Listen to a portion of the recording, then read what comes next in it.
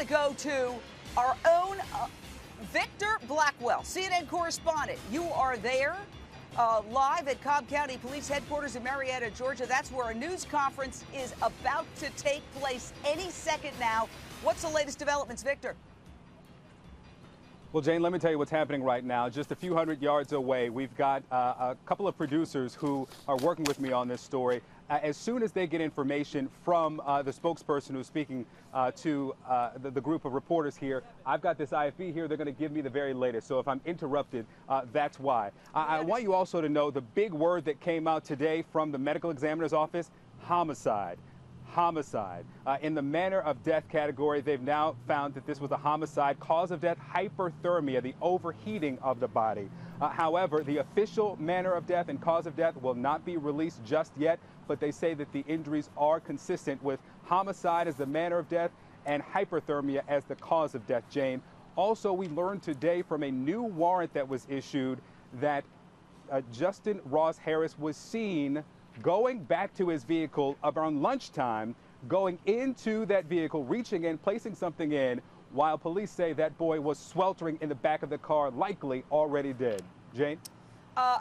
Two big developments, and once again, any second now, we're going to have a news conference begin down there in Georgia, and it could bring us even more shocking details. But here are the big two today, okay? And it has us asking, is Dad going to stick to his story that he simply forgot about his little boy for 7 hours? He has pleaded not guilty.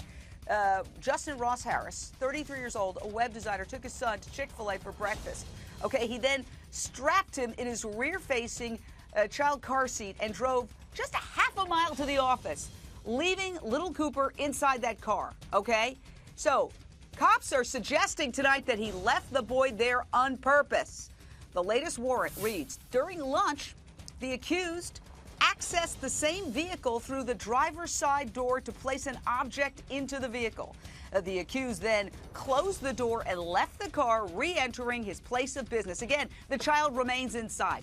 Is it possible that he didn't notice that his child was in the rear-facing seat? Okay, shortly after 4 p.m., Dad leaves work and drives about 3 miles before just screeching into a busy strip mall parking lot. Witnesses say Dad was in hysterics as he grabbed his son's lifeless body from the car, but some witnesses are suggesting it was all an act. Now, Alicia Johnson, one of our producers, is down there in the very shopping mall where Dad ripped his lifeless son out of the car and started screaming, "What have I done? What have I done?" Alicia, you've been talking to a man who works at a pizza parlor there who witnessed that very moment when Dad's pulling the son out of the car. What did he tell you?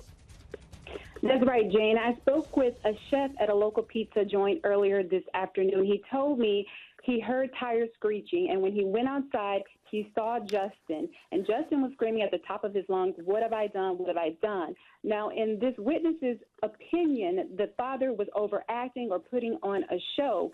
He did not get the impression that the father was being sincere. He said he himself felt more choked up than the dad was, and that the dad was not crying at all. He says the father initially said that the child had been choking, but the child did not look like he was choking. He was soaking wet and looked like he had been in a pool. He says he can't say for sure or not if the dad had anything to do with it, but he felt that he was really putting on a show, and that his mugshot, when he went back to look at it online, he said it looked like pure evil, and he felt like his father was really just pulling into that parking lot so people would see him and feel sorry for him.